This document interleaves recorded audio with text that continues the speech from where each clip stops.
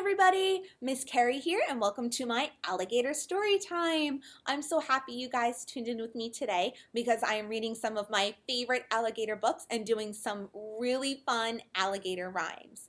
So I will mention a couple of crafts at the end, and if they sound like something you might like, please register for this program so that you can come pick them up whenever you want. Are you guys ready?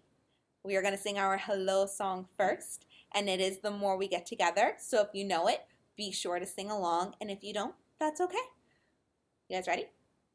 The more we get together, together, together, the more we get together, the happier we'll be. For your friends are my friends, and my friends are your friends. The more we get together, the happier we'll be. Yay! Good job! So for our first rhyme today, I'm going to teach you the sign language sign for alligator. It's pretty cool, and it's a lot of fun to do. So first, you're going to take both arms, and you're going to stick them out long, like this. And then you're going to curl your fingers under, and then you are going to chomp your teeth together. And you see, it's like an alligator is opening and closing its mouth.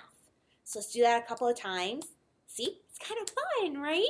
All right, and our first rhyme is alligator pie. So every time I say the word alligator, what are you guys going to do? You're going to do the sign for alligator. Good job, good guess. All right, are your alligators warmed up? You ready? Alligator, alligator, alligator pie. If I don't get some, I think I'm gonna cry. You can take away the grass, you can take away the sky, but don't take away my alligator pie! Yay! Okay, our first book today is called Snip Snap. What's that? And if you've been in a story time with me before, you know I like to sing a song before we read a book together. So if you know it, just sing along with me. Otherwise, just clap. You guys ready? Take a look at my book. Take a look at my book. We'll turn the pages nice and slow. Look at the pictures as we go. Take a look at my book. Oh, you guys sounded so good. Love it. Okay. Oh, snap. What's that? When the alligator came creeping up the stairs, were the children scared? Do you think they were scared? You bet they were! Marissa tried to close the door, Eva tried and tried some more, and Jonathan didn't try at all. He just cried and cried and cried. Then he hid. I'd be scared too. The alligator's mouth was wide, its teeth were long, its jaws were strong. The children watched as it began to bite the edges of the door. Snip, snap, snip, snap, snip, snap, snip. Were the children scared? You bet they were! The alligator slithered down the hall and slipped into the living room. It swished and swooshed its tremendous tail, which was shiny and spiked and full of scales. Were the children scared? You bet they were! The alligator's tongue was flicking. The alligator's feet were clicking. Then the alligator mouth opened up very wide. Creak, creak, creak, as if to invite the children inside. Were the children scared? What do you think? You bet they were! The alligator's eyes were flashing. The alligator's teeth were gnashing as tables and chairs and the piano went crashing. And after the sofa and curtains were ripped, the alligator licked its lips. Were the children scared? You bet they were! And then what did the alligator do? Did it say to the children, I'm going to eat you? Well, not exactly, but it came closer and closer and closer until the children decided they'd had enough of all this scary alligator stuff. They plucked up their courage and gave a great shout. Alligator, you get out! And was the alligator scared? Was the alligator scared? You bet it was! Thump, bump, bump, thump. What happened? It fell down the stairs. All the way home. Snip, snap. The end. Yay! Okay, next up, let's do a little counting. Can I see your 5 little alligators? Okay. One little alligator swimming in a pool. Another comes along, and now there are 2. 2 little alligators swimming by a tree. Another comes along, and now there are 3. 3 little alligators swimming near the shore. Another comes along, and now there are 4. 4 little alligators swim, splash, dive. Another comes along, and now there are 5. 5 little alligators having lots of fun. Mama calls, it's time for bed. And now the fun is done. Yay! Okay. Our next book is called Alan's Big Scary Teeth. They look pretty big and scary to me. Okay. Alan came from a long line of very scary alligators. He was known throughout the jungle for his scaring. It was what he did best. Alan would start each day polishing his scales, sharpening his nails, and brushing each of his big, scary teeth for at least 10 minutes at a time. And after practicing his frightening faces in the mirror, grrr, he'd sneak into the jungle for his morning round of scaring. Alan went snap, snap, Alan, and grrr. He said things like, I'm Big Scary Alan, fear my razor sharp teeth. He made the frogs leap off their lily pads, the monkeys tumble from the trees, and the parrots screech in terrible terror. Snap, snap, grrr. Wahaha! I love being scary, said Alan.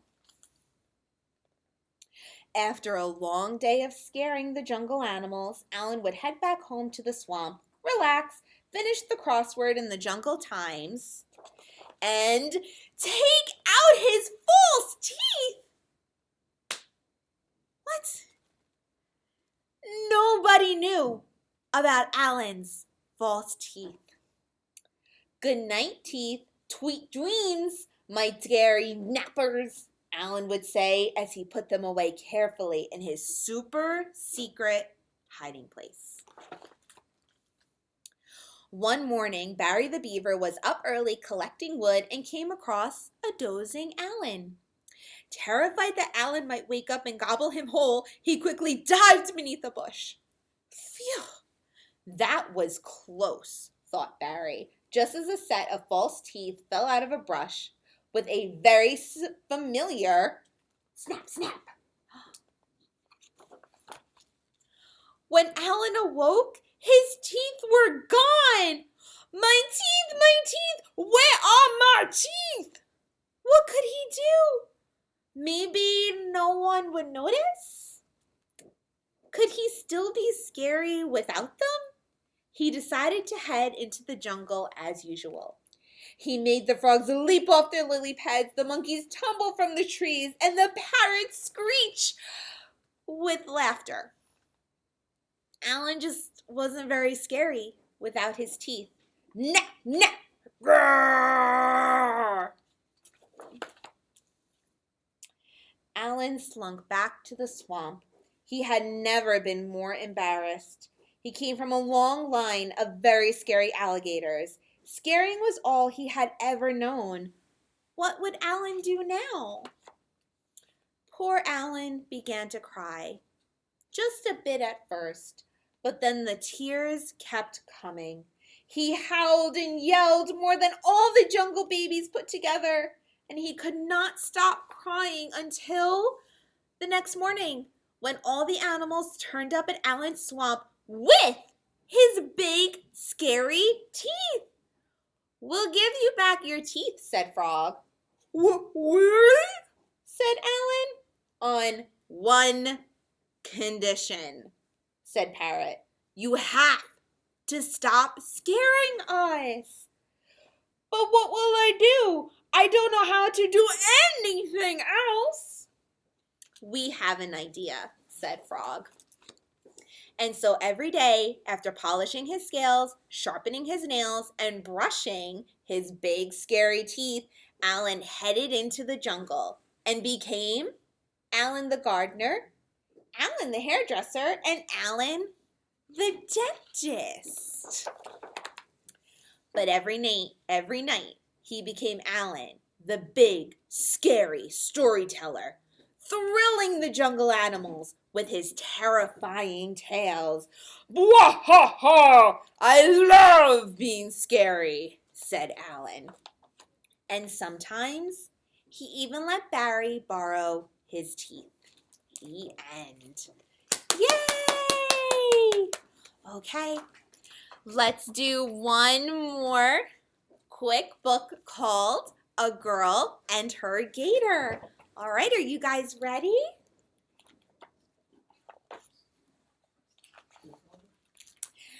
This is the story of a girl named Claire who discovered a gator on top of her hair.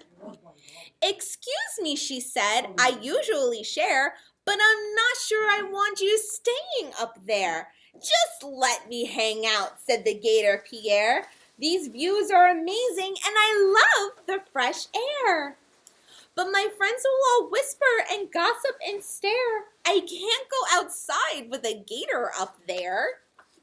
The gator just smiled and said, "Au contraire, you can do anything with a gator up there. You could go to the fair with the gator up there, or give your brother a scare with a gator up there. You could be a zillionaire with a gator up there, or even eat an eclair, as long as you share with that snippity-snappity gator up there." "I see what you mean. We could be quite the pair," said the girl named Claire to the gator Pierre. "But I do have a question. There's one little snare. What should a girl wear with a gator up there? Swimwear, ski wear, evening wear, pirate wear?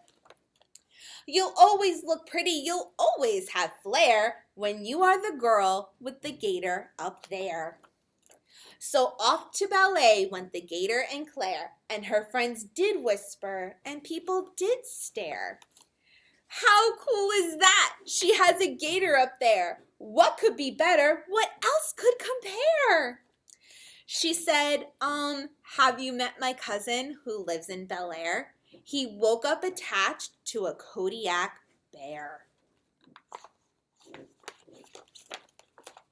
The end. Yay! So we'll have 2 crafts for you guys to do with our alligator story time. The first one will be just a fun little craft where you're gonna make an A for alligator, and I'm gonna give you lots of green tissue paper and sharp teeth to make your A's very frightening.